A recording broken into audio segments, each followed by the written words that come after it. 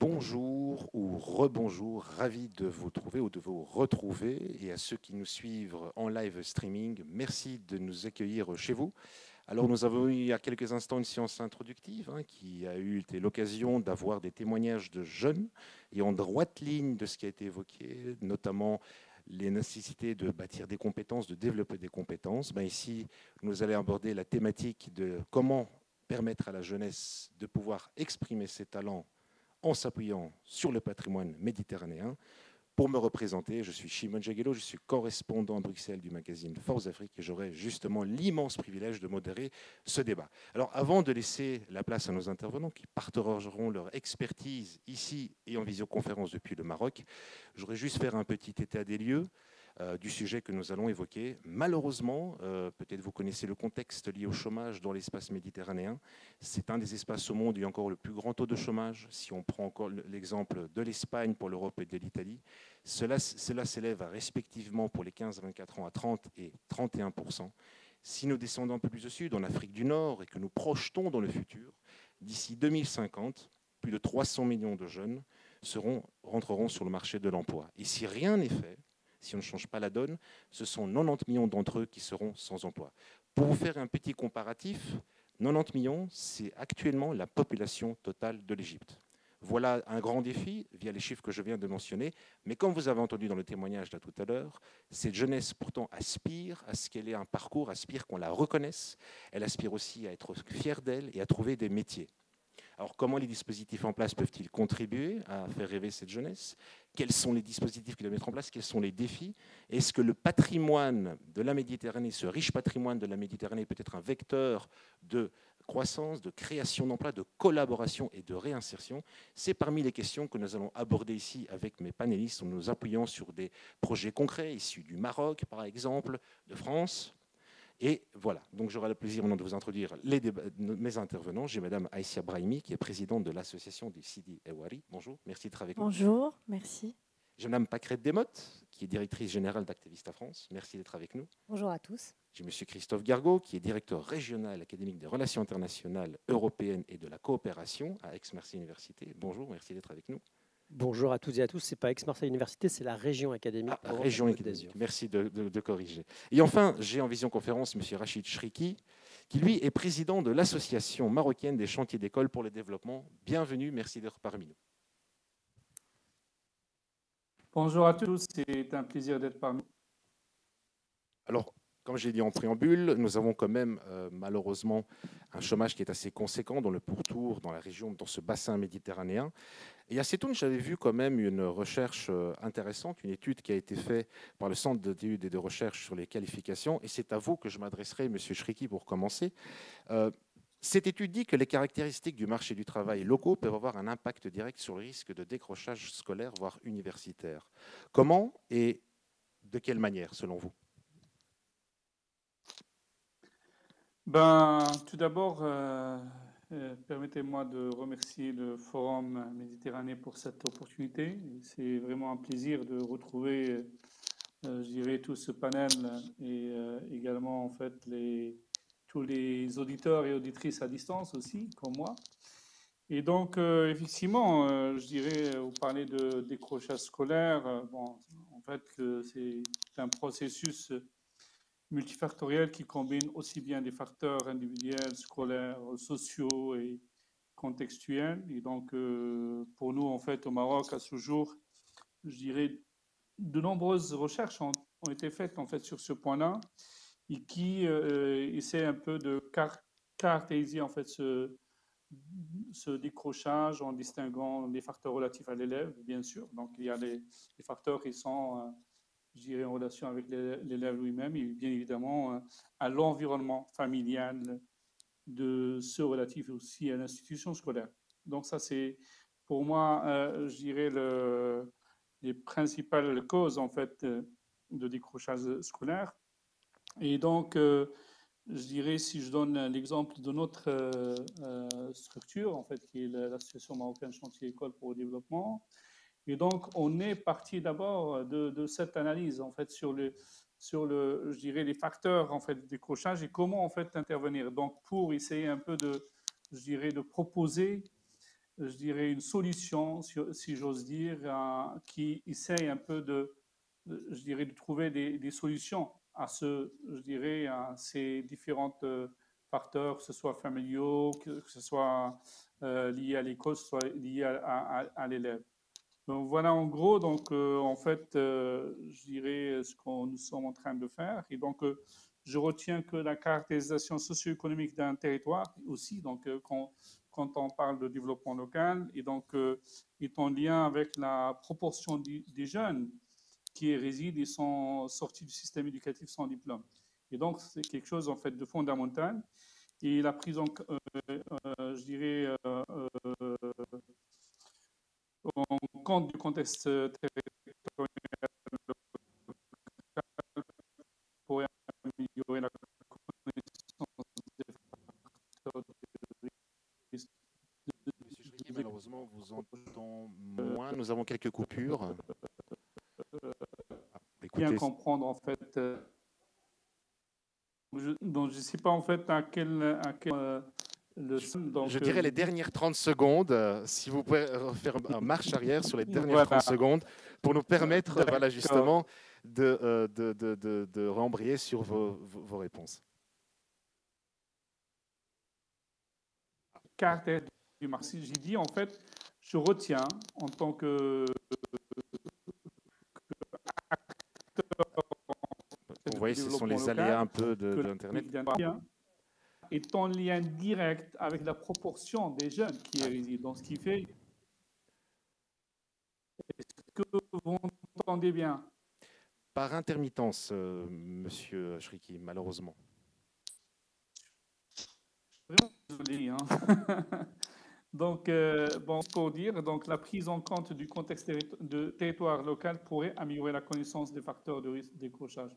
Donc, ces éléments-là sont sont essentiels pour comprendre en fait sa caractéristique et trouver en fait ou bien des réponses. Et ça, c'est très important. Et donc, l'AMC, donc l'expérience que nous aurons l'occasion d'exposer tout à l'heure, et je dirais résume en fait notre compréhension en fait de cette caractéristique et je dirais, de décrochage scolaire et des réponses à apporter. Alors, ici, nous avons eu, je dirais, le point de vue, quelque part, de la rive sud de la Méditerranée. Et ici, monsieur Gargaud, je me tourne vers vous. Quelle est votre perspective, je dirais, de le point de vue de la rive nord? Alors, d'abord, peut-être de première chose, c'est de dire que la notion de décrochage scolaire, on l'a dit, pour ce qui est des ressorts, ils sont multifactoriels, mais pour ce qui est de sa définition aussi, elle est très variable selon les pays. Alors, en Europe, il y a une définition assez normée, hein, qui consiste à dire que est considéré comme un décrocheur scolaire tout individu qui, à l'issue de sa scolarisation, sort sans diplôme. Donc c'était jusqu'en 2020, 16 ans en France et c'est maintenant 18 ans. Mais une fois qu'on a dit ça, on sait que c'est à l'échelle, par exemple, méditerranéenne, ça correspond à des réalités très, très différentes. Donc la notion même de décrochage scolaire doit déjà être appréhendée avec précaution dans la manière dont on la définit. Et il serait probablement extrêmement intéressant de mener une étude à l'échelle de tout le bassin méditerranéen pour voir finalement si on arrive à comparer ce qu'est la notion de décrochage scolaire. Une proposition concrète. En tout cas, ce serait évidemment très intéressant qu'on ait ce recul-là. Vous vouliez m'interroger sur les conséquences du Covid du décrochage scolaire. Est-ce que la crise a intensifié le décrochage scolaire? Et là, c'est très intéressant parce qu'évidemment, on n'est même pas sorti de la crise, donc c'est encore difficile de tirer des conclusions hâtives. Mais par contre, on a quelques premiers éléments qui permettent de dire que la réponse n'est pas si homogène que ça. C'est-à-dire qu'on a des situations où le décrochage scolaire a été accentué par le Covid. Par exemple, pour les élèves de la formation professionnelle, on sait que la fermeture des établissements a été pour eux assez catastrophique, puisque sans cadre, puisque ce sont généralement des élèves qui ont des problèmes de discipline scolaire, académique. Ce n'est pas un problème de discipline tout court, c'est le fait que le modèle académique ne leur correspond pas. Si on leur enlève le cadre dans lequel on peut structurer un rapport au savoir, alors finalement, ils ne savent pas à quoi se raccrocher. Donc, dans cette catégorie-là, on sait que le Covid a eu des conséquences qui sont préjudiciables. À l'inverse, on a des élèves qui ont profité du Covid. C'est-à-dire que le fait d'être en distance leur a permis de ne plus en tout cas se sentir oppressés par le système scolaire lui-même, leur a donné plus de temporalité dans les savoirs, et finalement, on permet à des élèves de se raccrocher à un exercice pédagogique là où ils étaient lorsqu'ils étaient pris en groupe en situation de décrochage. Donc là, c'est intéressant, c'est-à-dire qu'on on voit qu'on peut avoir des résultats différents. Et enfin, on a eu des élèves qui étaient des bons élèves dans l'enseignement général et technologique et qui ont aussi décroché, parce qu'à partir du moment où ils n'avaient pas le cadre de répétition scolaire, eh bien, finalement, la méthode qui leur permettait d'avancer, quand ils n'étaient pas coachés, eh bien, ils décrochaient aussi. Donc, on peut voir que le Covid va avoir un impact qui va être variable selon les profils, mais que la nature de cet impact peut être variable. En tout cas, ce que ça veut dire, c'est qu'il n'y a pas d'apprentissage sans cadre, mais qu'en même temps, il peut y avoir plein de cadres multiples qui favorisent l'apprentissage. Et on va le voir dans les exemples qui vont être évoqués, c'est qu'un jeune, quel qu'il soit, peut avoir un problème avec l'institution, mais il n'a jamais de problème avec les savoirs. On n'a jamais vu quelqu'un vous reprocher de le rendre intelligent ou de le rendre instruit. Jamais. En revanche, le cadre dans lequel on lui propose ça peut ne pas lui convenir. Et d'ailleurs, la notion de décrochage, ou même son appellation peut-être est à interroger. Il y a des pays qui s'en sont débarrassés. Je pense par exemple au Canada, où on ne parle pas de décrochage, on parle de persévérance scolaire, parce que la notion de décrochage scolaire, finalement, elle renvoie à la responsabilité de l'apprenant. Or, le décrochage, c'est une somme de choses. Et que lorsque vous posez, par exemple, la notion de persévérance scolaire, vous adressez un message à l'ensemble des acteurs qui vont tenir debout un apprenant dans le désir d'apprendre. Donc je pense que là, il y a quelque chose à probablement à pousser plus loin en termes de notions pour pouvoir avancer davantage. Ouais. Justement, un des témoignages, notamment de, je citerai Evelyne Pereira, disait que certains cadres ne conviennent pas et incitent malheureusement à ce décrochage, ou on dirait persévérance scolaire que vous venez de mentionner pour prendre. C'est le multifactoriel qui était évoqué tout à l'heure. Absolument. Mais qui, je trouvais dans ce témoignage qui était quand même assez frappant, ne mentionne pas directement qu'il y a une démotivation qui s'installe et un souhait d'isolement, que du contraire. Donc ici, quand on parle de décrochage scolaire, vous, en tout cas, vous, Madame Desmottes, vous, Madame Brahimi, vous avez décidé quand même de vous attaquer à cette problématique en axant justement vos actions sur la valorisation un petit peu du patrimoine. Et ma question, je m'adresserai à vous ici, Madame Desmottes, c'est quelles sont les raisons qui vous ont poussé à choisir ces filières de réinsertion plutôt que d'autres ? Alors nous, effectivement, de manière très humble, on propose une solution, en tout cas un cadre parmi d'autres, qui s'adresse à la jeunesse, et pas qu'à la jeunesse, parce que nous, on a vraiment cette conviction que la mixité est aussi une richesse. Pourquoi avoir choisi comme support la restauration de monuments, plutôt monuments historiques, en tout cas d'intérêt architectural ? C'est tout d'abord parce qu'on pense que ça peut véhiculer de la fierté, de la confiance, ou en tout cas révéler cette fierté chez les jeunes, de travailler sur des monuments qui sont prestigieux, que la société chérit finalement, dans le sens de confier un monument que tout le monde reconnaît comme ayant de la valeur. C'est une manière de les remobiliser, de les remettre dans cette dynamique. C'est aussi un support qui se prête très bien au déploiement d'une pédagogie de formation par le geste professionnel, avec cette idée vraiment de réhabiliter l'intelligence de la main et de permettre du coup l'accès à ces formations à des personnes qui n'ont pas forcément beaucoup de prérequis, mais qui malgré tout peuvent s'accomplir dans cette formation-là. On sait également que le patrimoine français, je pense qu'évidemment toute la Méditerranée est concernée, est plutôt en mauvais état, qu'il y a une vraie perte des savoir-faire dans la restauration traditionnelle de ces monuments. Et que donc ça permet quelque part de faire d'une pierre deux coups, même trois coups, c'est-à-dire de restaurer et valoriser le patrimoine historique, de transmettre des savoir-faire et puis d'accompagner ces jeunes vers l'emploi au travers de ce support de formation. Et vous avez dit, c'est ça qui m'a un peu marqué aussi dans les échanges que nous avons eus, qu'il y a une perte de vocation dans ces métiers que vous venez de citer. Pour quelles raisons ? Alors, je pense qu'il y a beaucoup de raisons différentes. Je pense qu'en tout cas, pour ce qui concerne la France, il y a eu une dévalorisation un peu de ces métiers manuels qui sont pourtant de magnifiques métiers, qui font vraiment appel à l'intelligence de la main. Peut-être aussi une méconnaissance. Finalement, c'est des métiers qui sont peu valorisés peut-être dans les parcours scolaires, dans les cursus. Et du coup, nous, à notre petite échelle, on essaye de s'y atteler en ouvrant les sites qu'on restaure à des publics de jeunes scolaires, mais aussi des publics de jeunes en situation de fragilité, pour justement à la fois leur faire se réapproprier le patrimoine, mais également pour découvrir ces métiers de tailleur de pierre, de maçon du bâti ancien, de métallier, de menuisier, qui sont des métiers très concrets et qui permettent vraiment de voir concrètement le résultat de ce que l'on fait. Ce sont des métiers très importants, hein, tous ces métiers d'artisans, par exemple, que vous citez, qu'il faut mettre en valeur et d'inciter. En tout cas, j'encourage, je suis très heureux que vous ayez mis en place cette initiative pour inciter de plus en plus de jeunes à s'intéresser. Pour vous, Madame Brahimi, pourquoi aussi, la même question, vous êtes intéressée à la problématique du patrimoine, de s'attaquer dans des projets bien concrets et finalement, parce qu'on a bien vu en introduction que le cadre de l'emploi dans le bassin méditerranéen est quand même avec certains défis. À quel point le patrimoine peut-il contribuer, je dirais, à résorber un peu ce taux de chômage ou tous ces gens, ces millions de personnes qui vont arriver sur le marché de l'emploi, notamment dans l'Afrique du Nord? D'abord, bonjour, honorable assistance. Donc, je remercie le réseau MEDNC de nous avoir conviés à cette table ronde à l'occasion de cet événement important qui est le Forum des mondes méditerranéens. Effectivement, l'association Santé Sidi El Houeri a été créée en 1991 à la découverte d'un site historique très imposant et important dans la ville d'Oran en Algérie.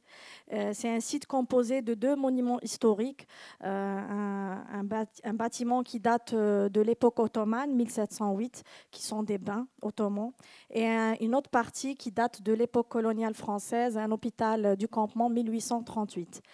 Et par contre, ces 2 monuments, à l'époque de la découverte par les fondateurs, étaient tout sauf un espace visitable de patrimoine. C'était un espace où on jetait les ordures. C'était un espace abandonné à l'état de dégradation très avancé.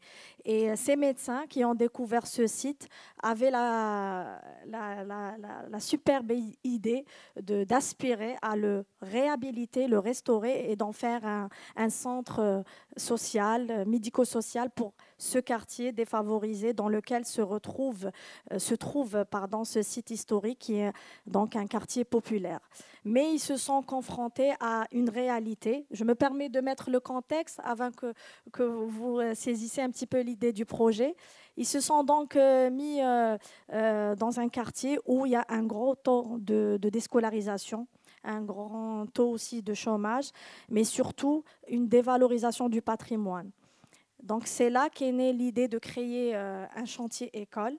Et ce chantier école avait pour objectif d'abord de redonner vie à ce site historique, de le réhabiliter, mais surtout de sauver ces jeunes qui sont sans perspective scolaire, leur donner une deuxième chance de se réinsérer et professionnellement, mais surtout socialement et culturellement.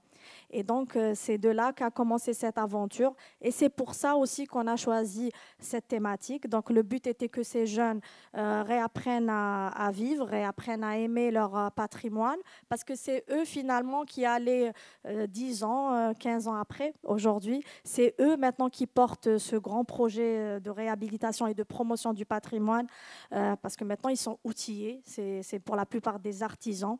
Ils arrivent à évoluer. Quelques années après, certains font de leur propre initiative de restauration. D'autres sont formateurs aujourd'hui.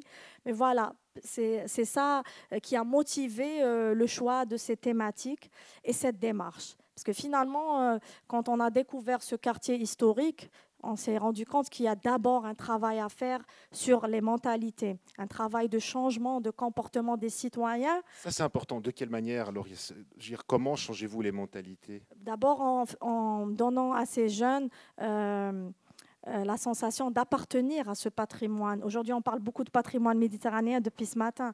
Donc d'abord, il faut s'identifier à ce patrimoine, se dire que ça nous appartient et que c'est important qu'il reste encore témoin de ce qu'a vécu nos ancêtres et de ce que vont vivre nos enfants et nous-mêmes. Donc c'était important. Pour un jeune à l'époque, voir un bâtiment détérioré, ça ne lui disait rien. Entre parenthèses, il s'en fout, lui. Il ne s'identifie pas dans ce patrimoine. Donc, il fallait d'abord faire un travail sur les jeunes par rapport à ça, sur les populations aussi. Et aussi, on a parlé de déscolarisation. Nous, on traite la déscolarisation comme étant un résultat d'un long processus la déscolarisation, elle est là pourquoi? Parce que généralement, ces jeunes sont issus de familles défavorisées, qui n'ont pas pu finir leur scolarité.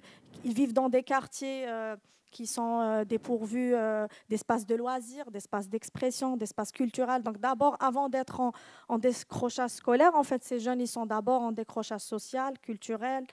Et donc, d'où la nécessité. D'abord, ce qui fait une grosse différence, je dirais. Bien sûr, nous, on en est convaincus à l'association que finalement, le décrochage scolaire n'est que le résultat d'une somme de facteurs chez ces jeunes, comme monsieur l'a si bien développé. Moi, ce qui me semblait intéressant, c'était, j'ai l'impression que l'élément de réappropriation de ce patrimoine culturel est un élément important. Et je ne sais pas si monsieur Chriki est ici avec nous.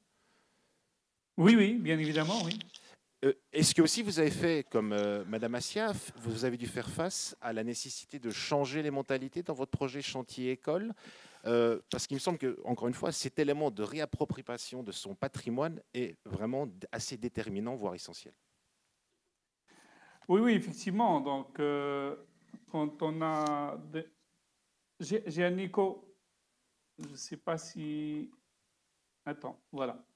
Donc maintenant, c'est très bien.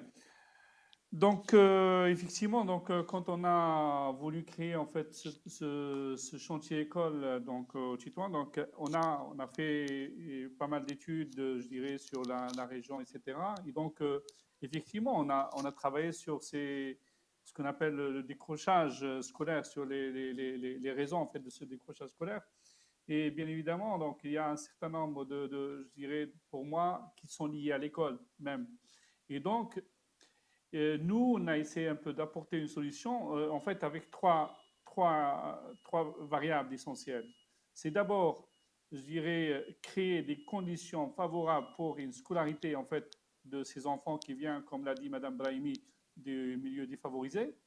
Et puis, deuxièmement, c'est je dirais, de concevoir un modèle, en fait, qui relie en fait la pratique avec l'apport théorique, et ça c'est quelque chose d'important. Donc dans le cadre de notre expérience, on met beaucoup l'accent sur la pratique, et ça c'est quelque chose qui peut, je dirais, favoriser en fait cet intérêt des jeunes. Et puis troisièmement, c'est effectivement, comme on s'inscrit, comme l'a expliqué Madame Brahimi, donc c'est un peu de récupérer les métiers de patrimoine, parce que nous, c'est pas le patrimoine qui nous a animés. Donc bien évidemment, le patrimoine c'est intéressant, mais les métiers qui sont en voie de disparition, et ça c'était quelque chose en fait de fondamental. Et puis je dirais pour ces jeunes-là, qui sont décrochés, qui sont vraiment qui viennent de la rue, etc. Et donc, il fallait en fait mettre en place un système d'accompagnement personnalisé. Et ça, c'est cette chose qu'on ne trouve pas à l'école, je dirais, classique.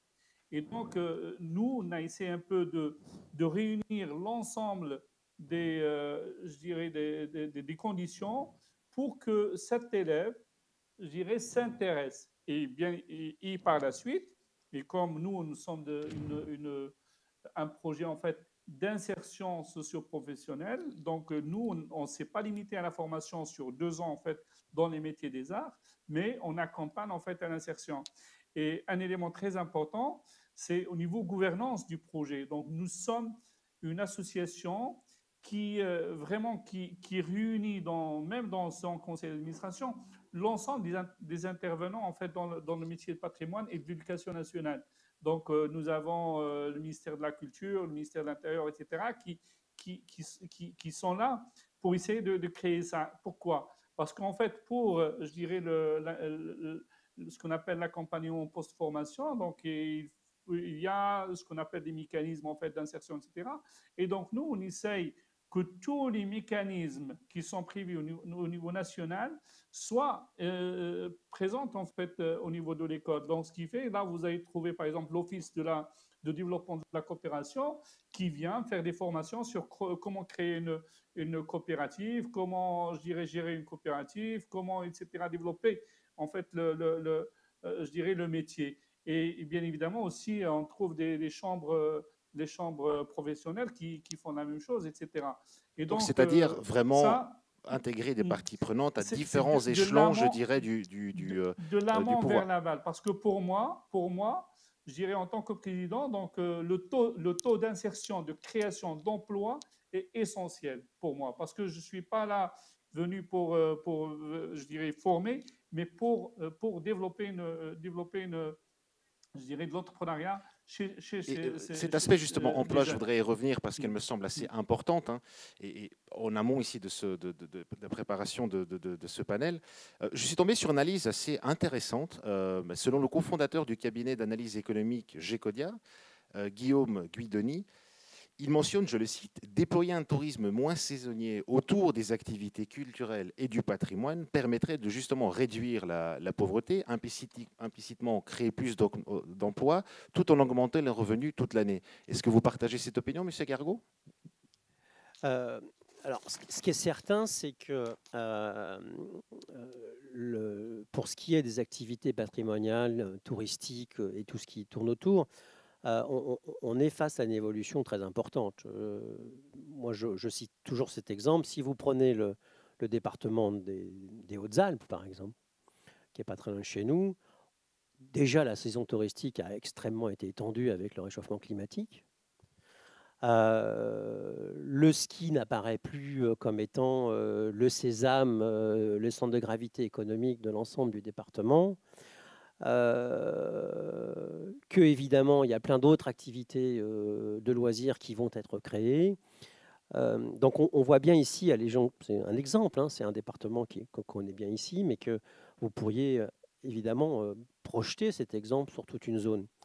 Donc je pense qu'on est face à une évolution des activités touristiques en général, mais d'une manière générale sur la manière dont le territoire va être occupé, qu'on ne connaît pas encore et qui va être assez bouleversé. Moi, si vous le voulez bien, j'aimerais juste un peu rebondir sur ce qui vient d'être dit. D'abord, j'aimerais qu'on regarde la bouteille à moitié pleine. C'est-à-dire qu'on a commencé par la notion de décrochage. Et moi, ce que j'entends quand même, c'est que finalement, on n'arrête pas d'évoquer des solutions qui trouvent des réponses à ça. Donc la bonne nouvelle, hein, c'est que globalement, le nombre de jeunes qui sortent complètement du système et qui sont sans avenir n'est pas aussi important que ça au regard de toutes les solutions qui sont proposées ou toutes les solutions qui peuvent être élaborées pour leur apporter des réponses.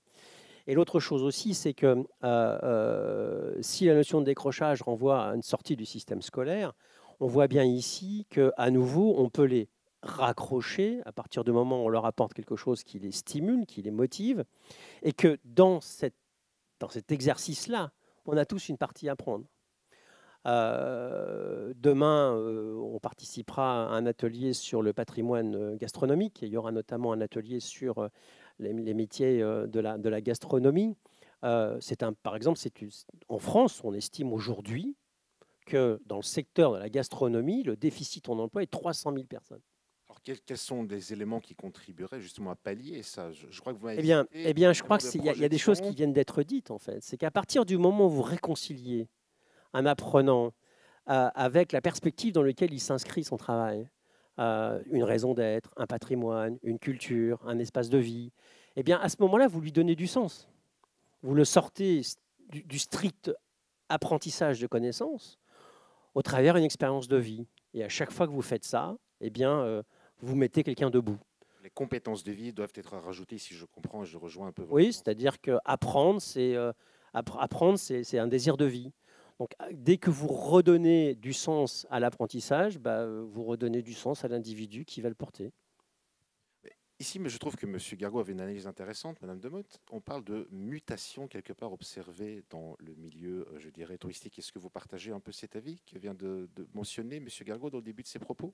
Observe-t-on une mutation? Oui, en tout cas, je pense que le développement du tourisme lié au patrimoine, je pense que je constate et j'ai le sentiment qu'on va aller de plus en plus vers du patrimoine qui va s'orienter vers du tourisme local prioritairement et qui va s'adresser aussi à du tourisme extérieur et que c'est finalement maintenant, je pense que la volonté d'un touriste quand il part visiter un pays est davantage de vivre avec les populations du pays plutôt que de se retrouver dans des espèces de bulles un peu hors sol faites pour eux en considérant les désirs qu'ils pourraient avoir.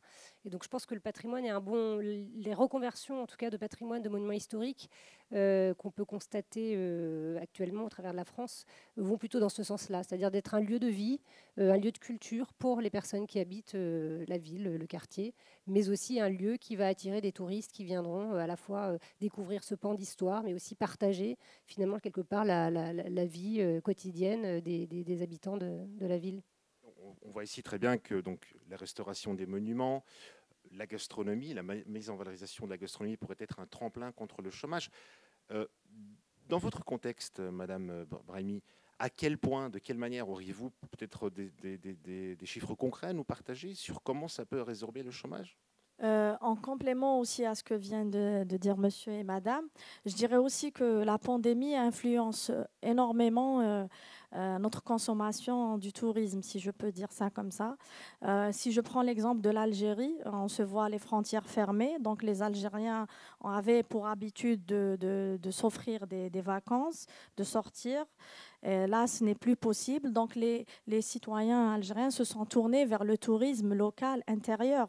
Et c'est là où est né cet engouement, justement, pour le patrimoine, où nos jeunes, ce qu'on leur disait depuis une dizaine d'années, qu'il faut revenir aux sources, revenir à ces métiers, comme disait madame, ces métiers qui impliquent la passion, le savoir-faire, revenir à des choses beaucoup plus simples, parce qu'il viendra le jour où ça sera sous les lumières. Ben, c'est le cas totalement. En plus de les former, nous les avons souvent incités à entreprendre, à proposer des idées de projets, de micro-projets. Et ça tombe très bien parce que si je prends l'exemple de notre ville, la ville d'Oran, qui a bénéficié il y a quelques années d'un large programme de réhabilitation de ces anciennes bâtisses, ben ces jeunes se sont vus, pour la majorité, récupérés par les sociétés étrangères venues restaurer les bâtiments algériens, parce que finalement, c'est de la main-d'œuvre beaucoup moins chère pour ces sociétés. Et donc, c'est là où ils ont vu vraiment que ces métiers pouvaient très bien leur permettre de gagner leur vie. Et aussi, il faut dire que les autorités locales ont aussi compris que maintenant, le tourisme peut aussi être un levier économique pour l'Algérie. Donc, il y a beaucoup d'investissements dans ce domaine. Je n'ai pas les chiffres pour vous les donner aujourd'hui, mais cet engouement et ce clin d'œil qui est en train de se faire sur le tourisme ouvre beaucoup de perspectives pour les jeunes. Au sein de notre association, beaucoup de jeunes qui sont passés par ces formations. Et on n'a pas encore discuté du contenu de cette formation parce qu'il est au-delà de... Un point voilà. Donc, c'est à travers ce programme de formation que, pour la plupart, ils ont entrepris des projets dans l'écotourisme, dans le tourisme solidaire, dans la fabrication des produits souvenirs, dans plein de thématiques liées au tourisme parce que c'est quelque chose de concret et même dans le domaine culinaire. On parle de touristes aujourd'hui qui sont à la recherche de quelque chose de différent. Moi, ce qui m'a intéressé dans le propos que vous venez de mentionner, c'est que la Covid a été une opportunité. Bien sûr. De se réapproprier, d'avoir un engouement de la part de la population locale à son propre patrimoine qui jusque-là ne suscitait pas un très grand intérêt. Une simple randonnée dans un quartier historique pour découvrir l'histoire des bâtiments et se rendre compte que Albert Camus a séjourné dans tel appartement et passé dans tel jardin pour écrire telle partie de son livre et plein d'autres personnalités. Tout ça, on ne l'aurait pas connu à Oran et en Algérie s'il n'y avait pas le Covid. Bon, ici, c'est une opportunité pour susciter éventuellement des vocations ou un intérêt. Et toujours. Est-ce que la Covid aussi, de votre côté, a été, je dirais aussi, un élément opportun pour cette valorisation ou pas du tout ? J'aurais du mal à parler de moment opportun parce que nous, finalement, ce que ça a révélé, c'est plutôt une paupérisation de la population et de plus en plus de personnes qui sont venues s'orienter sur ces parcours de formation et d'insertion professionnelle. Donc, plutôt un révélateur du mal-être et de mal-être, alors. Davantage qu'une opportunité. Après, ce qui a été rassurant pour nous, notre grande crainte pendant les premiers confinements, c'était de perdre le lien avec les salariés en insertion qu'on suivait, parce que souvent, le seul lien finalement est souvent par le téléphone. Il y a souvent une fracture numérique importante parmi eux, même les jeunes. Et heureusement, on a pu continuer à garder ce contact-là et on a peu eu de rupture de parcours au moment du. Est-ce que cette fracture numérique était-elle importante? Parce qu'il me semble que c'est quand même un élément très important que vous citez. Vous avez constaté une assez grande fracture numérique? Oui, alors très importante. Nous, c'est vrai que le projet n'accompagne pas exclusivement que des jeunes. Alors elle est certainement moins forte dans la population plus jeune, mais de manière générale, elle est quand même importante, même si ils ont tous nos salariés en insertion ont des téléphones, des smartphones. Il y en a beaucoup qui ont des difficultés, en tout cas d'accès aux dispositifs via Internet, d'accompagnement, et qui savent peu ou mal se servir en fait, et qui n'ont souvent pas d'ordinateur chez eux. Donc c'est une vraie fracture, effectivement. Et à combien, je dirais, si vous avez peut-être un chiffre à partager c'est difficile, mais je dirais qu'on n'est pas loin de 50% des personnes qu'on accompagne sur les 500 salariés en insertion par an qui souffrent de 50% quand même, donc une personne sur deux. Hein. Oui. Et quelle solution devrait être amenée justement pour changer je dirais ici, pour résorber cette fracture numérique? Éventuellement, quelles seraient les pistes de réflexion? Parce qu'il semble très, très important. Alors, il y a des dispositifs qui ont été impulsés notamment par le gouvernement via des appels à projets pour fournir aux associations qui travaillent avec des personnes en situation de vulnérabilité des conseillers numériques. Donc, c'est en train de se mettre en place petit à petit et pour justement les accompagner à la fois à la prise en main des outils numériques, mais aussi au financement de matériel informatique. Écoutez, en tout cas, c'est un point qu'on doit prendre bien en compte. Et là, tout à l'heure, vous avez juste parlé, Madame Assia, voilà, des compétences et de la manière, quels sont les outils pédagogiques que vous mettez en place pour aider et accompagner ces jeunes-là. Justement, quels sont les vôtres que vous mettez en pratique au sein de votre organisme? Alors, la particularité... En quoi aident-ils ces jeunes de manière concrète? La particularité de l'école, c'est que c'est une école axée sur la pratique.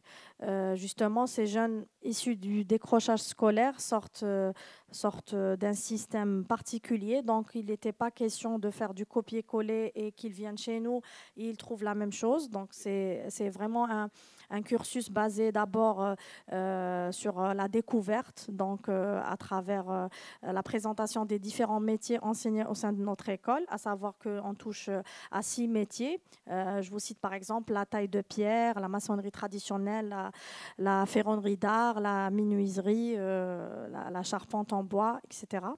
Et donc, mais la particularité, c'est qu'ils passent directement à l'action. Certes, ils ont une partie théorique, mais la partie la plus importante, c'est la pratique. Donc, c'est après avoir découvert ce métier et les différentes techniques et les principes de base, ils passent à l'application directement sur des ouvrages pédagogiques, d'abord sur site, parfois c'est à l'extérieur aussi, et c'est comme ça qu'ils se corrigent et qu'ils apprennent réellement cette maîtrise et cette qualification du métier. En parallèle, ils ont un autre programme d'insertion sociale, où là, ils ont tout un programme spécifique, une partie touche les soft skills, tout ce côté développement personnel, mais surtout, on leur apprend comment se comporter en entreprise, comment se comporter dans un milieu de travail.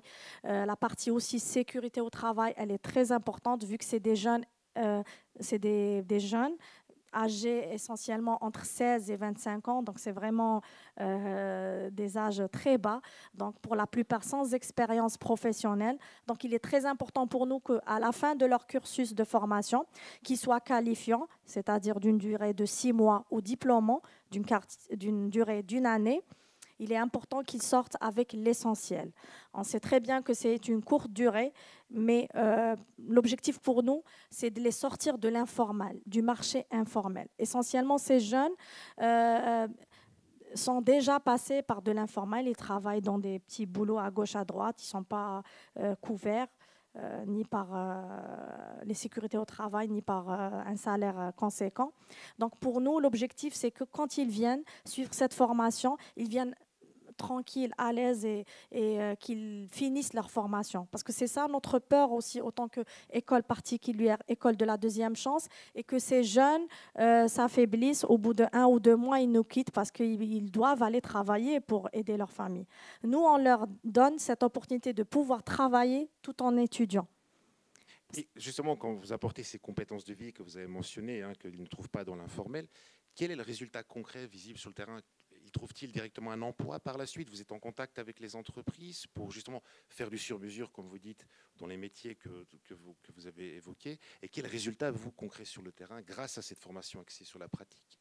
et l'insertion en entreprise? Bien sûr, on a essayé de développer ce côté insertion économique à travers de nombreux partenariats avec des acteurs locaux dans le domaine de la réhabilitation. Ça reste minime, il faut le dire, mais dans l'insertion dans les domaines, ça reste vraiment minime parce que c'est très, très compliqué d'être appuyé par des organismes d'insertion. Donc en Algérie, par contre, oui, pour la plupart, ils arrivent à travailler, même si ce n'est pas dans leur domaine de formation ni dans leur domaine de qualification, mais ils repartent vraiment avec une grande confiance en eux, en leur avenir. Souvent, ils se réinsèrent dans des domaines qu'ils découvrent au sein de leur cursus de formation, parce qu'ils ont, en plus de cette formation qualifiante, ils ont aussi ce complément d'activités extra formation professionnelle dans le domaine culturel, sportif, sortie découverte. Et certains se découvrent des talents d'artistes, des talents de commerciaux, de vendeurs, etc. Et certes, pour nous, l'essentiel, c'est vraiment de réaliser cette insertion sociale et économique. C'est vrai que notre objectif et l'idéal, ça serait qu'ils soient insérés dans les domaines de formation, mais c'est vrai que pour la majorité, enfin, la majorité reste dans le domaine, mais d'autres, ils vont aller chercher ailleurs. Donc, pour répondre à votre question, l'insertion, elle est plus facile à l'issue de cette formation. Qui est axée donc. Monsieur Chriki, est-ce que vous êtes avec nous? Bien évidemment, oui. Alors, juste un break. Aussi, parce que nous voulons faire participer l'auditoire, nous aurons en fin de table ronde ici une session de questions-réponses avec vous. Donc, si jamais vous aurez des questions, n'hésitez pas à prélever la main, je vous adresserai la parole. Il semble très, très important d'avoir des questions venant de vous aussi, à l'un de nos experts. Alors, Monsieur Chriki, est-ce que vous utilisez la même méthode aussi que Madame Brahimi dans votre, je dirais, approche pédagogique? Et pourquoi est-il si important d'avoir un accès plus sur la pratique si tel était le cas? Bien, donc on utilise peut-être les mêmes approches, mais pas la même durée. Parce que pour nous, la durée de formation est de 2 ans. De 2 ans. Pourquoi alors cette durée aussi longue? Pourquoi cette différence? Non, parce que 2 ans, parce que pour nous, en fait, quand on a fait l'étude initiale sur, en fait, je dirais, pour l'apprentissage et le développement du savoir-faire dans un métier lié au patrimoine, ça nécessite vraiment je dirais, un volume horaire donné. Donc, ça a été chiffré à travers une étude, etc. Et on a fait toutes les investigations tout début. Donc, ce qui fait, c'est 2 ans de formation. Et donc, pour nous, je dirais, remédier à la question, en fait, je dirais, de la vulnérabilité de ces jeunes. Donc, nous, dès le départ, on a pensé à doter, en fait, ces jeunes par une bourse. Et ça, c'est essentiel pour qu'ils continuent en fait la formation. Et nous, je dirais, comme c'est une formation conséquente de 2 ans, donc 85% et plus sont insérés dans leur métier. Et je dirais les métiers des arts liés à la réhabilitation de patrimoine. Et donc nous, dès le départ, et ça c'est quelque chose en fait d'important, je dirais l'idée c'est de travailler sur vraiment en fait ramener des conditions en fait favorables. Et donc, nous, dès le départ, on a pensé à ce qu'on appelle la création des journées portes ouvertes pour ces jeunes. Donc, c'est eux qui interagissent avec le milieu économique de la région et organisent chaque 6 mois, ils organisent des portes journées ouvertes pour ramener en fait ces entreprises, voir exactement ce qu'ils font à l'école. Et même, il y a des jeunes qui trouvent l'emploi, je dirais, courant de ces journées portes ouvertes. Et également, je dirais, nous, en tant qu'administration en fait, de cette école, donc nous sommes ouverts nous avons les yeux ouverts sur le tissu économique. Et donc, on essaie un peu, par exemple, je dirais, on a une formation dynamique, c'est pas statique. Donc, ce qui fait, il est évolutif avec le temps. Et même les métiers en fait de formation, donc il est révisé chaque 2 ans en fonction en fait du besoin de la région. Et donc je vous donne juste un exemple. Ces deux dernières années, on a vu qu'il y a par exemple un besoin en fait pour développer le zélige, le carrelage, le petit carrelage en fait de la région, qui est vraiment spécifique à cette région. Et donc il y a une seule entreprise dans la région en fait, du Nord qui fait ça. Et nous avons développé un partenariat avec cette entreprise pour vraiment développer un programme spécifique en fait, pour former des jeunes en matière de Zellige Tétouani, Zellige du nord du Maroc, qui est très connu. Et donc, pratiquement tous les lauréats de cette promotion ont trouvé le job au sein de cette entreprise. Et aussi avec la peinture en fait sur le patrimoine. On l'a développé courant de cette dernière promotion. Et donc, pratiquement tous les lauréats ont trouvé un job. Et aussi, nous avons... Donc, vous êtes à quasiment alors 100% de taux de réussite, je dirais, si vous dites que quasiment tout le monde... Certains métiers, 100%, oui. Certains métiers, 100%. Donc, si je comprends, un des éléments clés de votre approche, c'est d'avoir vraiment une concertation assez régulière avec le monde issu des acteurs privés pour même adapter tous les 2 années, je dirais, une formation qui soit centrée sur une demande venant, je dirais, du monde de l'entreprise. Exact. Alors, et là, par exemple, on avait initié, excusez-moi, initié des échanges avec la Ambra sur le jardinage, sur le métier de jardinage dans le patrimoine. Et ça a donné d'excellents, je dirais, résultats, puisque, je dirais, on a maintenant vraiment, je dirais, un atelier qui forme des jeunes qui ont été recrutés par la commune, la collectivité territoriale, qui sont recrutés par les différents acteurs en fait de la ville. Donc moi je pense il y a ce qu'on appelle des modules de base et puis nous essayons en fait de s'aligner sur de les réadapter en fonction des besoins de la réalité et même je dirais pour le développement économique. Nous essayons en fait pour actualiser en fait les chiffres sur le décrochage, sur le chômage des jeunes, etc. Chaque 3 ans, on essaie d'actualiser en fait ces chiffres. On essaye. Donc c'est une autre équipe avec l'appui en fait des membres du conseil d'administration. On essaye de mettre ça et aussi avec l'appui de nos partenaires. Tout à l'heure, vous parliez en fait de l'impact du Covid.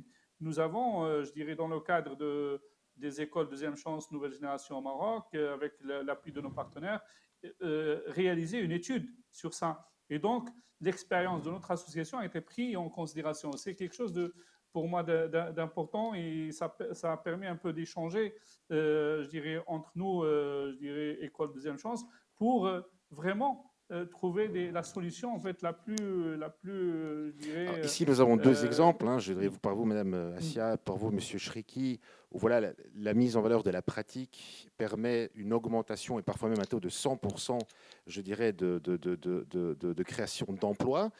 Monsieur Gargaud, ici, je me tournerai vers vous. Quels seraient les dispositifs, les cadres nécessaires pour permettre, je dirais, une duplication, non plus à niveau local, mais plutôt régional, d'initiatives qui sont porteurs d'espoir et créatrices d'emplois, comme l'ont mentionné dans leur solution concrète, Madame. À l'échelle méditerranéenne, vous voulez dire? Oui. Évidemment, moi, je pense qu'il y a quelque chose qui est déjà une ambition qui a été formulée, qui a été formulée dès 2014, lors du 5+5 éducation-formation qui s'est tenu ici à Marseille, qui était la création d'un espace euro-méditerranéen de la formation professionnelle. C'est-à-dire, et ça on y arrive, on peut le faire, c'est une question de volonté politique, c'est-à-dire la mise en rapprochement des systèmes de formation par filière à l'échelle du bassin pour juste vérifier que vous fassiez cuire un poisson à Alger ou que vous le fassiez à Marseille ou que vous le fassiez à Bizerte, le poisson n'aura pas le même goût, mais le geste professionnel, ça va être le même. Et ça, vous prenez ça à cet exemple, vous le dupliquez sur toutes les formations professionnelles. On est en capacité de rapprocher les systèmes de formation, de les faire reconnaître les uns vis-à-vis des autres, de les faire parler ensemble.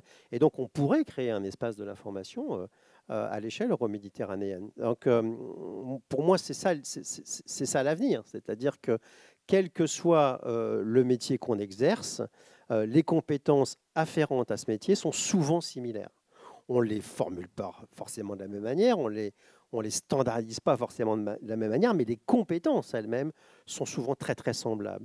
Donc, ce qu'il faut maintenant, c'est architecturer un rapprochement de ça pour normer les choses de la même manière et permettre que demain, un tailleur de pierre qui travaille ici à Marseille puisse aller demain au Maroc, en Algérie, avec les mêmes compétences et reconnu dans les 2 pays, ou dans tous les pays. Donc, et il n'y a pas de raison qu'on n'y arrive pas. Et l'ambition avait été affirmée par 12 ministres de l'Éducation qui sont venus à Marseille en 2014 Des expériences ont commencé à naître et je pense qu'il faut encore insister pour transformer cette ambition. Vous mentionnez qu'il y a un manque de volonté politique. Comment changer la donne alors au niveau des instances dirigeantes ici? Oui, sûrement. Il faut que de nouveau cette exigence soit rappelée aux ministres concernés. Mais encore une fois, les systèmes de formation sont plastiques. Ils peuvent intégrer cette assimilation les uns vis-à-vis des autres. Moi, j'aimerais faire juste un dernier petit point. Ce qui me frappe, moi, en écoutant tous les témoignages, c'est que il n'y a pas de fatalité, ça on en est bien d'accord. Mais la pire des choses, c'est de ne pas avoir d'espace commun dans lequel se projeter. Finalement, un décrocheur, c'est quoi? C'est quelqu'un qui n'est plus en confiance dans le système dans lequel il appartient. Ce que font tous ces acteurs ici, c'est toujours créer du commun. C'est toujours rappeler qu'il n'y a pas de fatalité à ça. Et moi, il y a une expression avec laquelle je suis toujours un peu en délicatesse, c'est le vivre ensemble. On l'évoque comme ça, comme un mantra. Et moi, cette expression, elle ne me cause pas tant que ça. Parce que pour moi, le vivre ensemble, c'est produire ensemble. On vit ensemble lorsqu'on produit des choses ensemble. Parce qu'on vit fondamentalement les uns à côté des autres. Donc on est bien ensemble. La question, c'est comment on produit ensemble et comment demain, à l'échelle méditerranéenne, cette production est reconnue à l'espace de tout le bassin. Ce sera pour ça, moi, la perspective auquel je travaille tous les jours et qui m'intéresse fondamentalement. Oui. Donc vous avez parlé d'espace commun, donc des acteurs de terrain ici, c'est-à-dire créer des ponts. Est-ce que vous, dans le cadre de vos projets à vous, vous avez déjà des ponts qui ont été créés où vous coopérez avec des acteurs, comme peut-être Madame Assia, hein, qui semble quand même intervenir sur des domaines qui sont quand même proches. Êtes-vous en coopération avec des acteurs issus de l'autre côté de la Méditerranée? Et si oui, pourquoi? Et est-ce que vous avez des freins associés à ça? Alors oui, tout à fait. Peut-être juste pour rebondir sur ce que vient de dire Christophe, je partage vraiment tout à fait cette notion. Alors pas de vivre ensemble, effectivement, mais d'aventure collective commune avec un objectif commun. Et c'est vraiment ce qu'on expérimente, nous, sur nos chantiers. On a des jeunes, on a des plus vieux, c'est des personnes de 18 à 65 ans qui ont des parcours de vie très différents. On a beaucoup aussi de personnes qui ont eu des parcours migratoires, donc de cultures différentes. Et ce qui fait la force du projet, c'est vraiment cet objectif commun d'aller restaurer, d'aller au bout de la restauration d'un rempart, d'un bastion, le faire ensemble, en équipe, et de réaliser et d'avoir le résultat de la réalisation faite collectivement. Et je pense que c'est vraiment quelque chose de très très fort en fait. Et je vous rejoins à 100% là-dessus. Pour répondre à votre question sur alors nous, on avance vraiment pas à pas. On a déjà pour objectif de mettre à disposition cet outil à davantage de territoires en France, mais on a notamment via les rencontres avec des réseaux comme MEDENSE, comme COPAM, eu cette chance de pouvoir rencontrer d'autres acteurs qui font peu ou prou la même chose que nous, en tout cas qui ont cette volonté d'allier restauration du patrimoine, formation, accompagnement vers l'emploi de jeunes ou de moins jeunes en situation de précarité. Et on sent qu'il y a vraiment des choses à faire en commun. Déjà, on se découvre, mais je pense qu'il y a effectivement beaucoup de choses à faire, que le cadre est encore parfois difficile à bouger pour réussir à réaliser des projets communs. Je pense qu'il y a... Quelle solution concrète auriez-vous? C'est-à-dire que les difficultés, c'est qu'il y a des grandes disparités. Alors, vous le mentionnez sur la formation, mais en fait, cette disparité, elle est encore plus, et qui est moins plastique sur les politiques en fait, locales d'insertion, d'accompagnement vers l'emploi, qui sont vraiment très disparates entre les différents pays, même de politiques de protection du patrimoine, qui sont très différentes. Si on arrivait à uniformiser un peu plus, ça permettrait de davantage travailler en réseau et de faciliter le développement de projets communs. Uniformisation, un réseautage quelque part au niveau régional qui faciliterait, qui n'est pas encore le cas actuellement, de ce que j'en comprends pas assez peut-être, pour, je dirais, passer vraiment à une coopération euro-méditerranéenne, enfin dans ce bassin méditerranéen à plus grande échelle dans vos domaines respectifs sur le patrimoine. Est-ce que vous partagez l'avis de Madame Demotte, Madame Brami? Déjà, pour vous dire que ça a été fait au niveau, ça a été fait à l'échelle d'organisation, Par exemple, notre association, elle a pu participer à des chantiers de réhabilitation dans l'autre rive et de faire participer d'autres artisans qualifiés à venir en Algérie participer aussi à nos chantiers de réhabilitation. Donc, quand c'est les organisations à organisation, ça passe très bien. Donc, on arrive à le faire. On a ici en France, par exemple, 2 partenaires avec qui on a énormément travaillé par le passé pour la réhabilitation de notre site. C'est le club Marpen et le réseau Rempart des chantiers.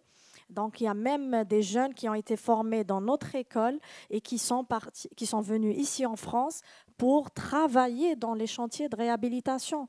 Donc, vous voyez que c'est faisable et que c'est réalisable quand il y a une réelle volonté.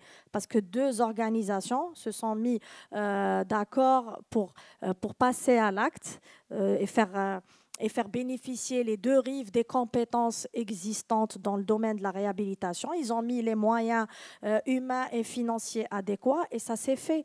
Et comme ça, on a pu, au niveau de notre site à Oran, faire participer des experts français, espagnols, italiens et vice-versa.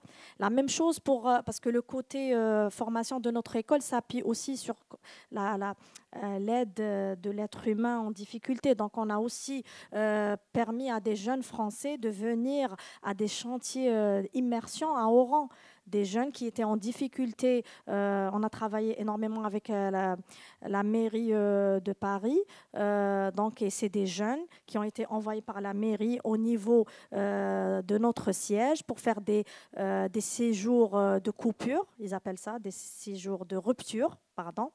Et donc, à l'issue de ces séjours, ces jeunes qui étaient en difficulté d'insertion sociale ici en France sont repartis avec une autre idée du vivre ensemble, de l'implication dans sa cité, etc. Donc, c'est réalisable, mais pour changer les choses et pour pallier à ces freins que nous, organisations, nous rencontrons, et pour la raison pour laquelle aujourd'hui on est devant vous ici pour vous dire que voilà, nous, ce qu'on offre comme solution et ce qu'on arrive à faire, mais on ne peut pas aller plus loin et on ne peut pas taper plus fort s'il n'y a pas une réelle envie politique de nos responsables, une réelle...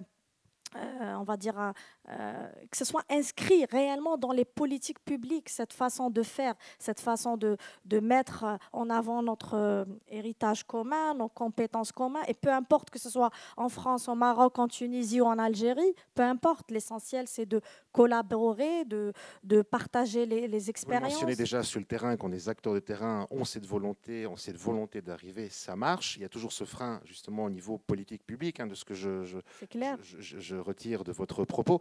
Justement, nous avons un spécialiste. Surtout, si vous permettez, surtout que c'est le jeune qui est au centre de cette dynamique. Et on l'a dit ce matin, le jeune, c'est la solution. Nous, c'est notre slogan à mon association. Le jeune, c'est la solution. Souvent, les jeunes sont pointés comme étant, on va dire, le maillon faible, alors que c'est le maillon fort. C'est à cet âge-là qu'on exprime le plus d'espoir, le plus de rêves, le plus d'idées. Il faut qu'on nous donne, je parle au nom des jeunes, il faut qu'on nous donne justement cette opportunité de nous exprimer et de faire vraiment partie de l'équipe et de non pas être uniquement bénéficiaires. C'est pour ça que ces écoles chantiers fonctionnent, parce que ces jeunes ne bénéficient pas uniquement de la formation, mais ils passent aussi directement à l'action, ils passent à la pratique. D'où ce que vous avez aussi mentionné, un focus sur justement l'aspect pratique dans vos formations pédagogiques. Alors moi, je voudrais rembrayer parce que nous avons un spécialiste des politiques publiques, M. Chriki. J'espère que vous êtes toujours avec nous. Oui, je suis là. On avait parlé ici, manque de volonté politique, manque à un niveau, encore une fois, de politique publique cité par Brahimi. Comment changer la donne finalement, vous qui êtes spécialiste de cette matière? Oui, effectivement. Donc, moi, je pense que ces expériences, en fait, sont des vecteurs de changement, devraient l'être. Et donc, ça permet. Comment le faire au niveau politique? Au niveau politique, c'est pour nous d'ailleurs, c'est d'essayer en fait d'influencer positivement en fait les intervenants politiques au niveau soit des villes, des régions, etc. Et donc je dirais, comme je vous ai expliqué au tout départ, par exemple, l'association marocaine Chantier École pour le Développement, on essaie un peu de rencontrer l'ensemble des intervenants chaque 6 mois pour leur exposer en fait nos avancées, etc. Et puis, je dirais leur montrer que c'est possible en fait de développer des solutions pour remédier au décrochage scolaire et aussi pour contribuer au développement local, comme on a dit tout à l'heure. Donc le jeune, l'être humain, c'est vraiment un vecteur en fait de développement local. Et donc, je dirais ces expériences, c'est à travers je dirais, l'expérience, de montrer en fait je dirais, une réussite donnée. Et puis, ça permet un peu je dirais, d'analyser un peu tous les mécanismes, les mécanismes existants et donc d'essayer un peu de faire bénéficier ces jeunes décrochés de tous les mécanismes existants et également aussi d'apporter un regard extérieur sur les lois, sur les politiques, etc. Et ça, pour moi, essentiel en fait pour les organisations de la société civile. Et sont à travers des plaidoyers. Donc, par exemple, si je parle de notre expérience, je dirais les métiers en fait liés à la réhabilitation patrimoine n'étaient pas du tout en fait, je dirais dans le texte de loi sur les métiers de la formation professionnelle. Et donc, à travers l'AMC, nous avons essayé un peu d'influencer ça et de revoir, je dirais, ces choses-là. Donc, pour moi, toute expérience associative réussie peut, je dirais, influencer d'une manière ou de l'autre les politiques publiques. Et également, là maintenant, je dirais, si je parle de notre association, nous sommes souvent soit invités, soit associés à un certain nombre je dirais, d'événements organisés par la région, par la province, par la wilaya de la région, etc. Et ça permet un peu je dirais, de transférer en fait cette expérience. Et là, je dirais par exemple les 2 dernières années, donc notre centre de formation a été reconnu aussi école deuxième chance nouvelle génération. D'ailleurs c'est par la force de travail. Donc le ministère de l'Éducation nationale est venu vers nous pour dire voilà, je dirais que les résultats de cette expérience sont très intéressants et on veut que ça soit en fait, je dirais, dupliqué, je dirais ailleurs, etc.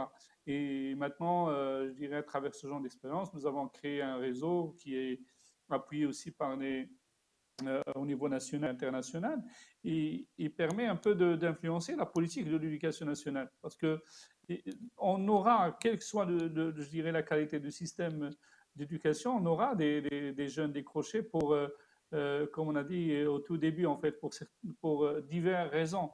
Et donc, il y a toujours un segment, on a une partie en fait de cette population jeune qui est décrochée. Donc, je dirais, nous, on est là pour influencer les pouvoirs publics. Et également, c'est je dirais, notre travail, ça permet un peu je dirais, d'évaluer. Et je dirais, qui dit l'évaluation dit en fait un retour sur expérience. Et donc, c'est d'alimenter le savoir et le savoir-faire en fait des acteurs politiques. Et comme j'ai dit, si je parle que du Maroc, maintenant il y a ce qu'on appelle une avancée en termes de décentralisation et de déconcentration. Et la formation revient maintenant comme prérogative ou comme, je dirais, mission propre en fait de la région. Et donc, aussi bien le développement du tourisme, la préservation du patrimoine, etc. Et donc, les associations leaders comme les nôtres peuvent, je dirais, influencer en fait. Donc, il y a la notion de décentralisation qui est un des ingrédients du succès pour justement la réussite des projets que vous mentionnez aux notions du patrimoine. Alors ici, je voudrais m'adresser à l'auditoire et vous laisser le libre champ à vous poser des questions. Est-ce que quelqu'un aurait une question, s'il vous plaît, à adresser à l'un de nos intervenants issus de vous? Monsieur? Attendez, je vais vous donner le micro, monsieur, comme ça on va vous entendre aussi en live streaming, si vous me le permettez.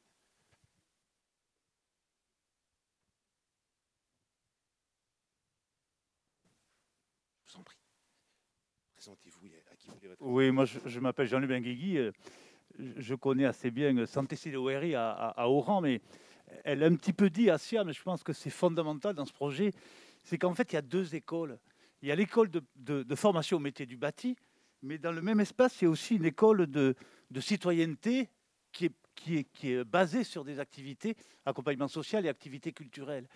Et ce qui est extraordinaire, c'est qu'il y a aussi donc une double vision du patrimoine. C'est-à-dire, il y a évidemment le patrimoine matériel dont vous avez beaucoup parlé, mais il y a aussi tout le travail sur le patrimoine immatériel. Et l'association a fait un énorme travail pour essayer d'expliquer la stratification des différentes civilisations en Algérie. Et le patrimoine n'est pas pris uniquement dans l'idée de préserver, mais aussi évidemment comme une espèce de levier pour davantage d'ouverture. Et ça a été dit aussi, et ça c'est fondamental, c'est que c'est une association qui travaille évidemment sur les savoir-faire, mais qui travaille aussi beaucoup sur les savoir-être, je ne vais pas en dire plus, mais c'est fondamental parce que ça permet aussi aux jeunes, pas simplement d'être un apprenant, mais aussi d'être un acteur et au fur et à mesure de pouvoir s'impliquer de manière beaucoup plus générale. Mais Assia en parlera beaucoup mieux que moi. Et votre question, elle s'adressait à Assia, surtout peut-être qu'elle développe un petit peu plus ça, ce lien intrinsèque entre à la fois cette école-là, mais aussi l'autre. Et tout ça est vraiment intrinsèquement lié. Effectivement, notre école porte aussi le nom de l'école de la citoyenneté parce que nous estimons, comme l'a si bien dit monsieur, donc c'est très important pour ces jeunes qui sont en décrochage social et culturel, soient réinsérés d'abord dans la société autant que citoyens à part entière.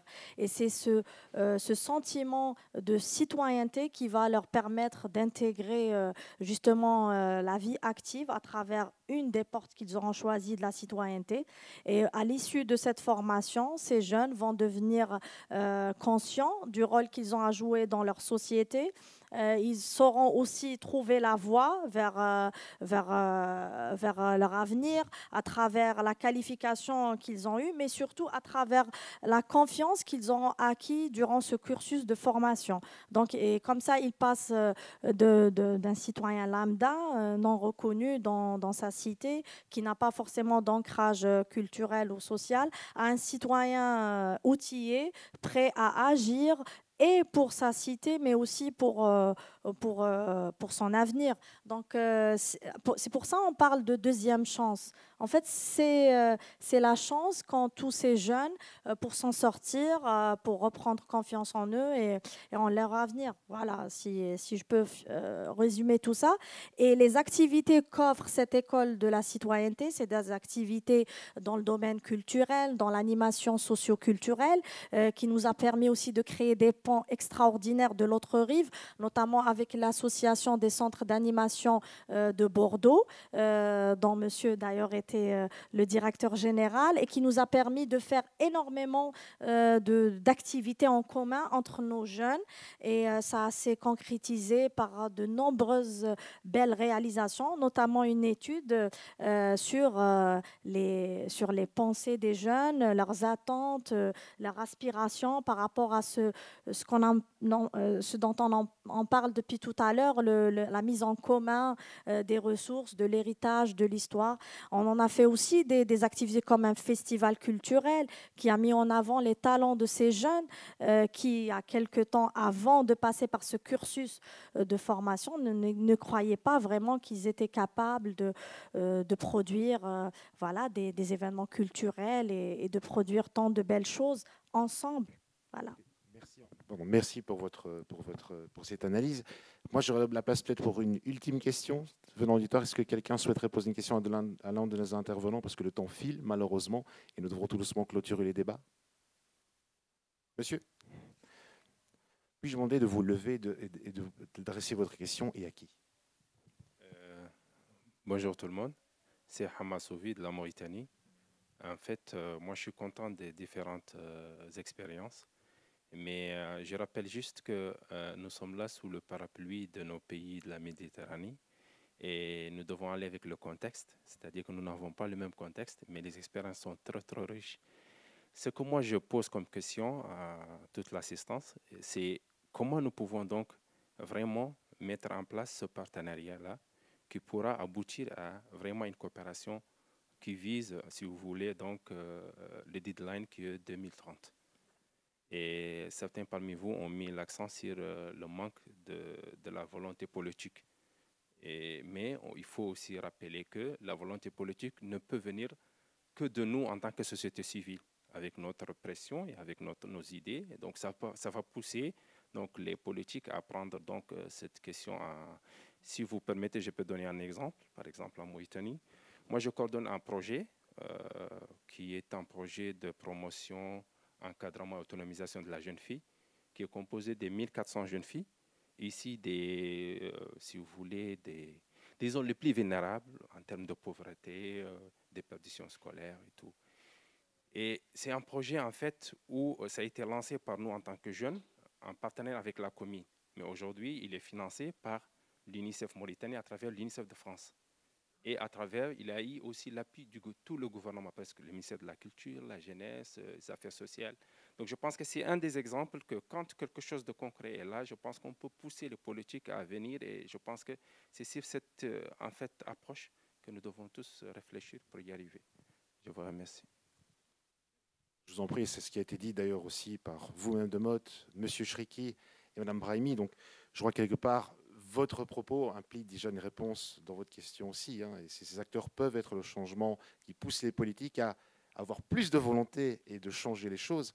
Alors voilà, comme ici je dois malheureusement clôturer les débats, moi je donnerai ma petite contribution en citant juste une personne que vous connaissez peut-être, qui est Gandhi, et qui dit, je le cite, « Il faut être fier d'avoir hérité de ce que le passé avait de meilleur et de plus noble.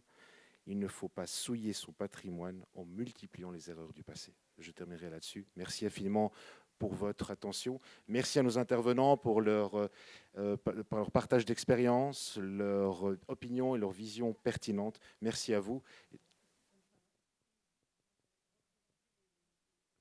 Bien sûr, bien sûr. Alors, vous avez Monsieur Gargaud, ici, qui est en fait le directeur de relations publiques et de la coopération au niveau de la région Aix, si j'ai bien compris. Moi, je penserais responsable des relations internationales responsable pour la région académique Provence-Alpes-Côte d'Azur. La région académique Provence-Alpes-Côte d'Azur étant la somme des académies d'Aix, Marseille et de Nice.